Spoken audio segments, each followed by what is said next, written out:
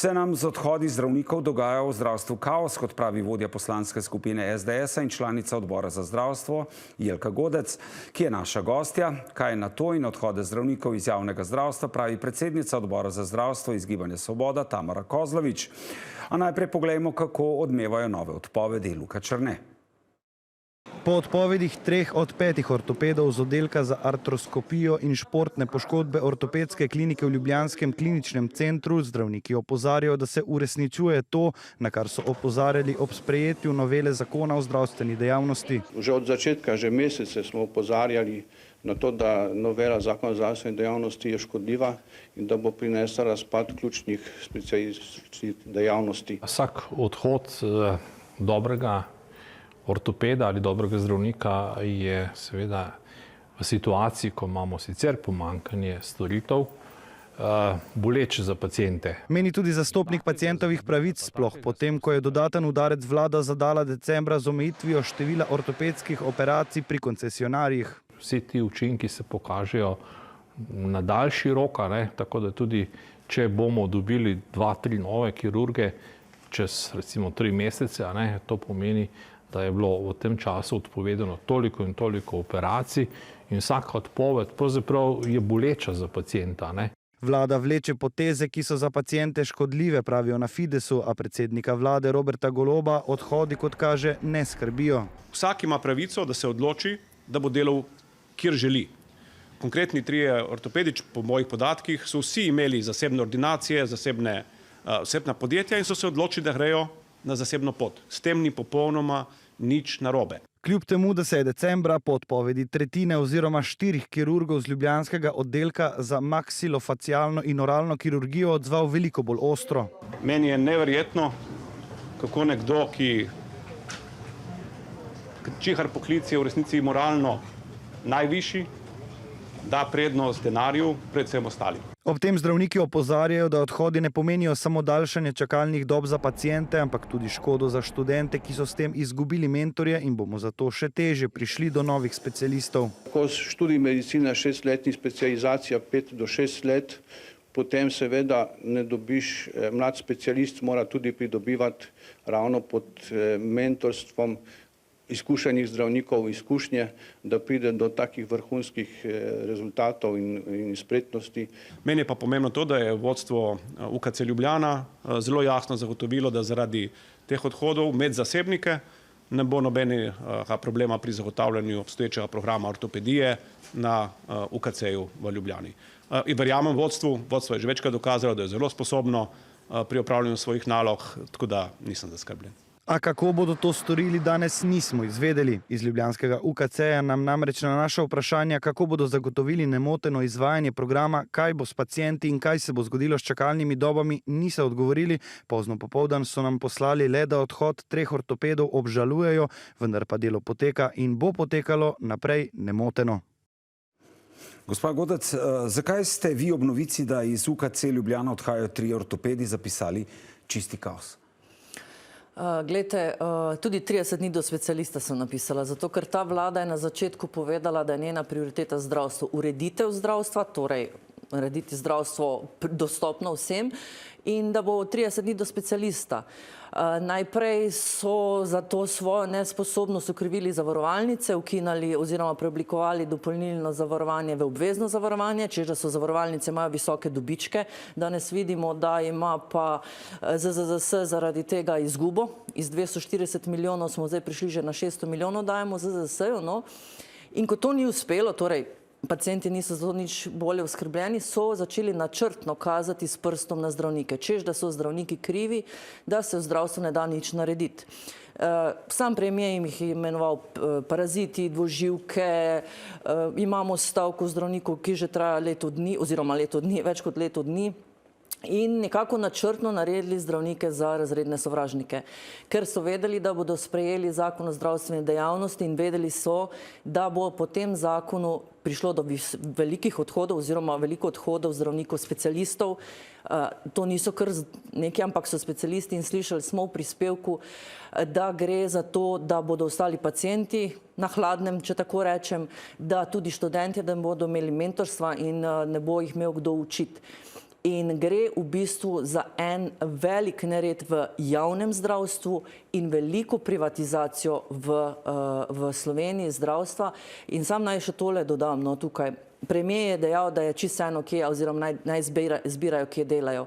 Jaz mislim, da se ne bi smeli ukvarjati z zdravniki. Zdravniki se bodo znašli. Zdravniki so šli iz UKC v privat sektor, tam bodo delali, vedo, da imajo zagotovljeno službo. Problem so pacienti. Dajmo se pogovarjati o oskrbi pacientov. Gospa Kozlovič, kaj pravite na to? Ja, prihajajo volitve, slišimo veliko političnih puhlic, manipulacij, kar smo v bistvu od opozicije že cel mandat vajeni. Pa gremo na dejstva, zakaj je tej vladi pomembno, da krepi in ohranja javni zdravstveni sistem in da to niso samo želje, ampak tudi dokazi, ki jih podkrepim s številkami. Torej v 10 letih od leta 2015 do 2025 je v javnih zdravstvenih zavodih več kot 1600 novih zdravnikov. To vključuje tudi tiste, ki so šli v pokoj, ki so šli zasebnikom, ki so šli v tujino in še kam drugam. Samo v tem mandatu je v bolnicah in zdravstvenih domovih skoraj 380 več zdravnikov, kot je bilo torej na dan, ko smo mi prevzeli ta mandat. To so številke, ki dokazujejo, da je zdravnikov vedno več, da je število odlivov manjše, kot je število prilivov.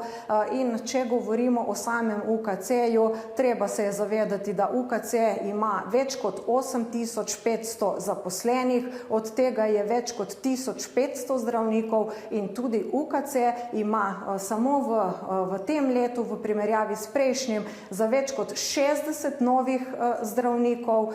In tukaj bi se jaz pridružila mnenju doktorja Goloba, ki verjame direktorju UKC Ljubljana, da bojo storitve za paciente zagotovljene in da danes ni razloga, da bi v to podvomili. Torej zdravnikov je vedno več, kar dokazuje, da v bistvu smo ustvarili pogoje, da so javni zdravstveni zavodi postali konkurenčni in s tem nenazadnje tudi višamo oskrbo in učinkovitost javnih zdravstvenih zavodov.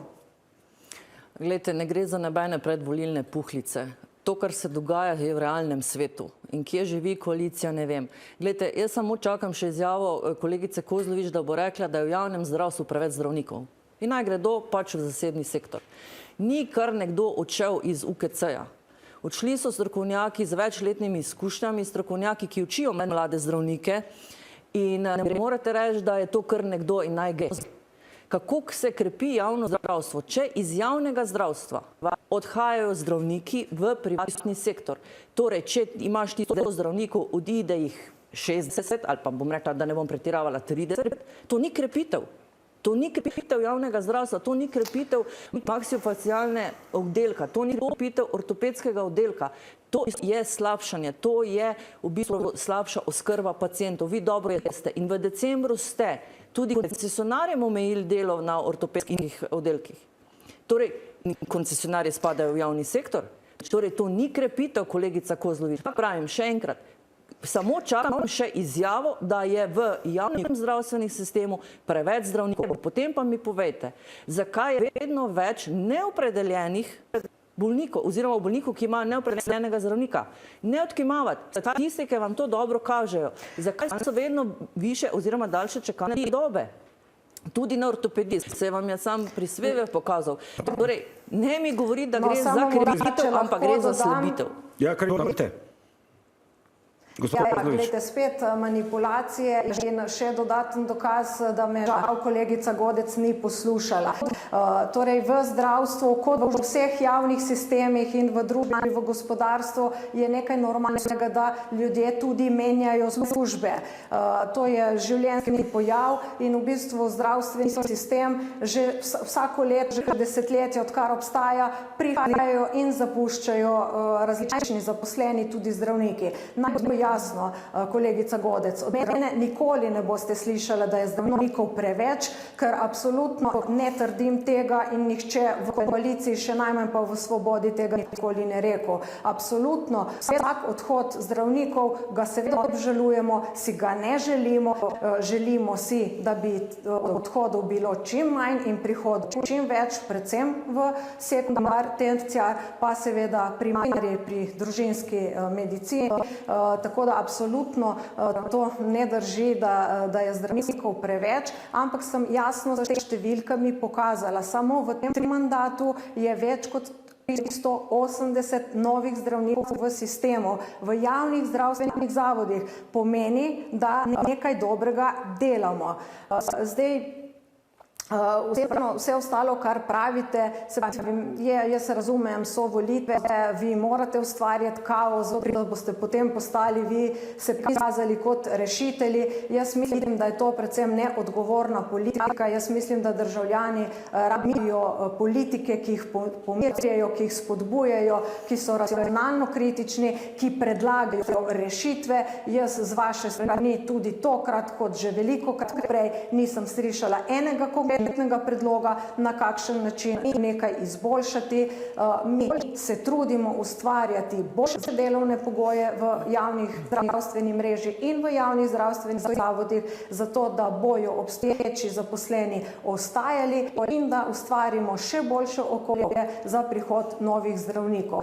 Toliko, koliko se v tem mandatu vlaga tako v zdravstveno infrastrukturo kot v nagrajevanje zaposlenih, mimogrede samo v tem mandatu se je bruto povprečna plača zdravnikov zvišala za 1600 evrov bruto, samo v tem mandatu, kar pomeni, da še kako se trudimo izboljšati delovne pogoje in vsaj kolikor hodimo po terenu in se pogovarjamo tako z ljudmi, kot tudi zdravstvenimi delavci, že čutijo ukrepe te vlade. Pa samo še en podatek glede neopredeljenih. Ja, absolutno bi tudi mi želeli v Svobodi, da bi bilo oseb brez osebnega zdravnika čim manj, ampak vseeno naj povem, da v enem letu z načrtnimi ukrepi se je ta številka zmanjšala za kar 11.000 oseb, še daleč od tega, da bi odpirali šampanjce, ampak rezultati se kažejo.